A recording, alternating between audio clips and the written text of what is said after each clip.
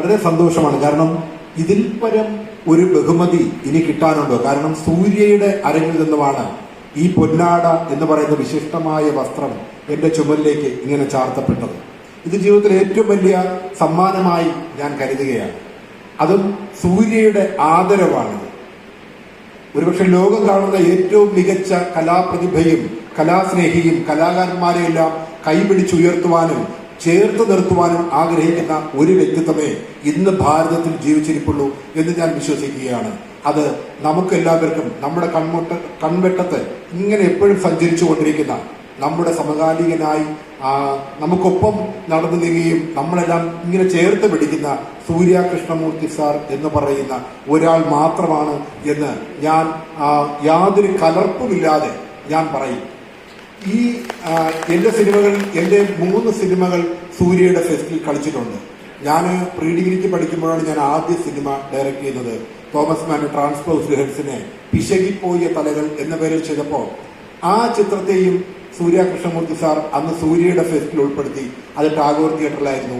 അതിനുശേഷം എന്റെ അർദ്ധനാരി എന്ന് പറയുന്ന ചിത്രത്തെയും സൂര്യയുടെ ഫെസ്റ്റിൽ കളിപ്പിച്ചു. ഇപ്പോൾ എനിക്ക് കിട്ടിയൊരു വലിയ അംഗീകാരമാണ് എന്റെ ഭീമ നർത്തകി സൂര്യയിൽ അവതരിപ്പിക്കപ്പെടുന്നു എന്നുള്ളത്. ഇത് എനിക്ക് കിട്ടാവുന്ന ഏറ്റവും വലിയ പുരസ്കാരമാണ്. ഒരുപക്ഷെ എനിക്ക് വേണ്ടിയിട്ട് ഒരുങ്ങിയിരിക്കുന്ന ഏറ്റവും മികച്ച വെള്ളിത്തിരയും ഒരുപക്ഷെ സൂര്യയുടെ ഈ കാണുന്ന ഈ വെള്ളിത്തിര തന്നെയാണ് എന്നും ഞാൻ ഹൃദയപൂർവ്വം ഞാൻ സന്തോഷത്തോടു കൂടി ഞാൻ അനുഭവിച്ചറിയുകയാണ് ഈ വേദിയിൽ. പ്രത്യേകിച്ചും ഇത് നാടകത്തറയാണ്. ഞാൻ നാടക പ്രവർത്തകനായിരുന്നു. അതുകൊണ്ട് വളരെയധികം സന്തോഷിക്കുന്നു. ഞാൻ അവതരിപ്പിക്കുന്നത് മഹാഭാരതത്തിലെ മധ്യമന്റെ കഥയെയാണ്. പക്ഷെ മഹാഭാരതവുമായി ഞാൻ ഇതിൽ യാതൊരു ബന്ധവും പുലർത്താതെയാണ് ഞാൻ എന്റെ കഥ പറഞ്ഞിരിക്കുന്നത്. എന്റെ 8 സിനിമകളിൽ ഞാൻ തന്നെയാണ് എഴുതിയതും ഞാൻ തന്നെയാണ് ഡയറക്ട് ചെയ്തതും എല്ലാം. അപ്പൊ എന്റെ മാത്രം തീരുമാനങ്ങളാണ്. ഞാനിതിൽ ഭീമനായി. അപ്പൊ ഈ ഭീമനർത്തകി ഞാൻ ഒരു മരണത്തിന് ശേഷം തിരികെ വരുമ്പോ ഒരു മരണം കഴിഞ്ഞു. 2021 ഞാൻ മരിച്ചു. പക്ഷെ മരിച്ച ആളിനെ വീണ്ടും ജീവിതത്തിലേക്ക് കൈപിടിച്ച് നടത്തിയ ഞാൻ എന്റെ കണ്ണുകൊണ്ട് ഞാൻ ഒരു ദൈവത്തെ കണ്ടു. അത് ഡോക്ടർ സുരേഷ് കുമാർ KL എന്ന് പറയുന്ന തിരുവനന്തപുരം മെഡിക്കൽ കോളേജിലെ ന്യൂറോ സർജനാണ്. അപ്പൊ അദ്ദേഹം എന്നെ വീണ്ടും ജീവിതത്തിലേക്ക് പിടിച്ചുവിട്ടു. ഒരിക്കലും വീണ്ടും സൂര്യനും പകൽ വെളിച്ചവും രാത്രിയും ഒന്നും കാണില്ല എന്ന് വിചാരിച്ച് മരിച്ചുവെന്ന് ഇവിടുത്തെ നമ്മുടെ സോഷ്യൽ മീഡിയയും പത്രവും ചാനലുകളും എല്ലാം പ്രഖ്യാപിച്ചു കഴിഞ്ഞിട്ടും മരിക്കാതെ തിരിച്ചു വരുമ്പോൾ ഒരു ദിവസം എന്നെ ഡിസ്ചാർജ് ചെയ്തതിനു ശേഷം വീണ്ടും ചെക്കപ്പിനിടയ്ക്ക് ഞാൻ ഇരിക്കുമ്പോൾ ഡോക്ടർ എന്നോട് കേട്ടു, നിനക്ക് വീണ്ടും എഴുതാൻ പറ്റുമോ? ഞാൻ പറഞ്ഞു പറ്റും. നിനക്ക് എഴുതാൻ തോന്നുന്നുണ്ടോ? അപ്പൊ ഞാൻ പറഞ്ഞു എഴുതാൻ തോന്നുന്നുണ്ട്. അപ്പൊ നീ വേഗതയിൽ ഒരു സ്ക്രിപ്റ്റ് എഴുതി നമുക്ക് പെട്ടെന്ന് സിനിമ ചെയ്യാമെന്ന് പറഞ്ഞു. സത്യത്തില് ഇനി ഒരിക്കലും സിനിമ ഞാൻ ചെയ്യില്ല എന്ന് വിചാരിച്ചിരുന്ന മലയാളത്തിലെ സിനിമാ പ്രവർത്തകർ പോലും ഒരിക്കലും ഈ വാർത്ത ഞാൻ ഞെട്ടിപ്പോകും. അങ്ങനെ അദ്ദേഹത്തോട് പറഞ്ഞു നീ എഴുതെന്ന് പറഞ്ഞു. ഞാൻ സ്ക്രിപ്റ്റ് ചെയ്തു. ഒരു 5 ദിവസം കഴിഞ്ഞ് ഞാൻ സാറിനെ വിളിച്ചു, സാർ ഞാൻ സ്ക്രിപ്റ്റ് ചെയ്തു. അപ്പൊ ഇത്ര വേഗതയില്ലോ? ഞാൻ പറഞ്ഞു അതെ സാർ, സിനിമ എന്ന് പറഞ്ഞ സംവിധായകന്റെ കാഴ്ചപ്പാടാണ്. ഞാൻ ഷോർട്ട് വൈസ് എഴുതി പോകുന്നു. അപ്പൊ അങ്ങനെ ചെയ്തിരിക്കുന്നു. അപ്പോൾ നീ വായിക്കൂ എന്ന് പറഞ്ഞു. അങ്ങനെ ഞാൻ നേരെ സുരേഷ് കുമാർ സാറിനോട് ഇത് വായിച്ചപ്പോൾ സുരേഷ് കുമാർ സാർ പറഞ്ഞായിരുന്നു, ആരും പറയാത്ത കഥയാണ്. എന്റെ സിനിമകളെല്ലാം അങ്ങനെയായിരുന്നു. ഞാൻ മലയാളത്തിലെ പൗരുഷമുള്ള നടന്മാരെ മുഴുവനും പിടിച്ച് ട്രാൻസ്ജെൻഡറുകളാക്കി അഭിനയിപ്പിച്ചിട്ട് അർദ്ധനാരി എന്ന് പറയുന്ന പടം ചെയ്തു. അർദ്ധനാരി എന്ന പടം വന്നപ്പോൾ ഇന്ത്യയിലെ നിയമങ്ങളിൽ പോലും ഒരു പൊളിച്ചെഴുത്തുണ്ടായി. ആണും പെണ്ണും ചേർന്നായിരുന്നു മനുഷ്യൻ. എന്നാൽ ഭാരതത്തിലെ സുപ്രീം കോടതി പറഞ്ഞായിരുന്നു ട്രാൻസ്ജെൻഡറുകൾക്കും തുല്യാവകാശം, അവരെയും മനുഷ്യരായി അംഗീകരിച്ചുകൊണ്ടുള്ള വിധി വന്നു. എന്റെ പടം ഞാൻ അറിയുന്നു 18 ഭാഷകളിലുണ്ട്. ഇന്ത്യയിൽ നിന്ന് ഏറ്റവും കൂടുതൽ ഭാഷകളിൽ മൊഴിമാറ്റം ചെയ്യപ്പെട്ട ചിത്രം അർദ്ധനാരി എന്ന് ഞാൻ അറിയുന്നു. അതും എന്റെ ജീവിതത്തിൽ ദൈവം എനിക്ക് നൽകിയ ഏറ്റവും വലിയ ഭാഗ്യമായി ഞാൻ കരുതുകയാണ്. അപ്പോൾ സ്ക്രിപ്റ്റ് വായിച്ചു കഴിഞ്ഞപ്പോൾ സാറ് പറഞ്ഞു സിനിമയാക്കണം എന്ന് പറഞ്ഞു. സത്യത്തിൽ ഒരു നിയോഗം പോലെ സജീവേട്ടൻ, എന്റെ പ്രൊഡ്യൂസർ, ഭീമനർത്തകിയുടെ നിർമ്മാതാവ് സജീവേട്ടൻ പറഞ്ഞു, എടാ നീ എന്നോട് വായിക്കും, ഞാനൊന്ന് കേൾക്കട്ടെ. ഞാൻ വായിച്ചോടനെ ചേട്ടൻ എനിക്ക് 500 രൂപ തന്നിട്ട് പറഞ്ഞു നമ്മൾക്ക് സിനിമ ചെയ്യുന്നു. ഇത് നിനക്ക് കാപ്പി കുടിക്കാനുള്ള പൈസയാണ്, ഇപ്പൊ കാപ്പി കുടിക്കാൻ. എന്റെ കയ്യിൽ 500 രൂപ തന്നു. അപ്പൊ ഞാൻ പറഞ്ഞു ഞാൻ ചാർട്ട് ചെയ്യട്ടെ. അപ്പൊ ചാർട്ട് ചെയ്തോളൂ. അപ്പൊ ഞാൻ പറഞ്ഞു നമുക്ക് എപ്പോ ചെയ്യാം, നീ എപ്പോ റെഡിയോ അപ്പൊ ഞാൻ റെഡി. എന്നിട്ട് പണത്തെക്കുറിച്ച് നീ ചിന്തിക്കരുത്, നീ പടം ചെയ്താൽ മതി എന്ന് പറഞ്ഞു. അപ്പോൾ ഞാൻ 2 ദിവസം കൊണ്ട് പടം എല്ലാം സ്ക്രിപ്റ്റെല്ലാം ചാർട്ട് ചെയ്തു. ഞാൻ ഷൂട്ടിംഗ് ലൊക്കേഷനൊക്കെ ഈ 2 ദിവസത്തിനുള്ളിൽ തന്നെ ഞാൻ എൻ്റെ ബൈക്കിൽ നടന്ന് ലൊക്കേഷനെല്ലാം കണ്ടെത്തി. എല്ലാം 2 ദിവസം കൊണ്ട് ചെയ്തു. ചേട്ടനോട് പറഞ്ഞു, ചേട്ടൻ നമുക്ക് ചിങ്ങം 1-ാം തീയതി ഒന്ന് ഷൂട്ട് ചെയ്യാം. അപ്പോൾ ഈ സജീവേട്ടൻ പറഞ്ഞു, ചിങ്ങം 1-ാം തീയതി വേണ്ട, ചിങ്ങം 2-ാം തീയതി തുടങ്ങിക്കുമല്ലോ. കാരണം അദ്ദേഹത്തിൻ്റെ ഒരു തീരുമാനം വേണ്ടേ. അങ്ങനെ ചിങ്ങം 2-ന് ഞങ്ങൾ ഭീമനർത്തകി ചിത്രീകരണം തുടങ്ങി. എന്റെ പ്രൊഡ്യൂസറെ നിങ്ങളെല്ലാം കണ്ടിരിക്കണം. കാരണം ഇതൊരിക്കലും ഒരു സാധാരണ മുഖ്യധാരാ സിനിമയല്ല, ഇതൊരു സമാന്തര സിനിമയാണ്. എന്റെ സിനിമകളെല്ലാം സമാന്തര സിനിമകളായിരുന്നു.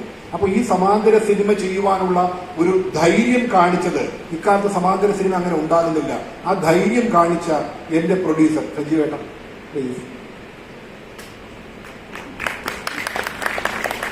ഇത് സജീവ് കാട്ടായിക്കോണം എന്ന് പറയുന്ന ആളൊരു വമ്പൻ ബിസിനസ്മാനാണ്.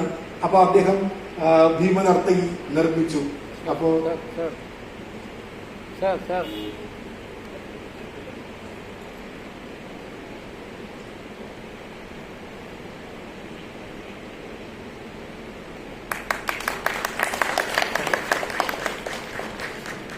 സത്യത്തിൽ ഹൃദയം നിറയുകയാണ്.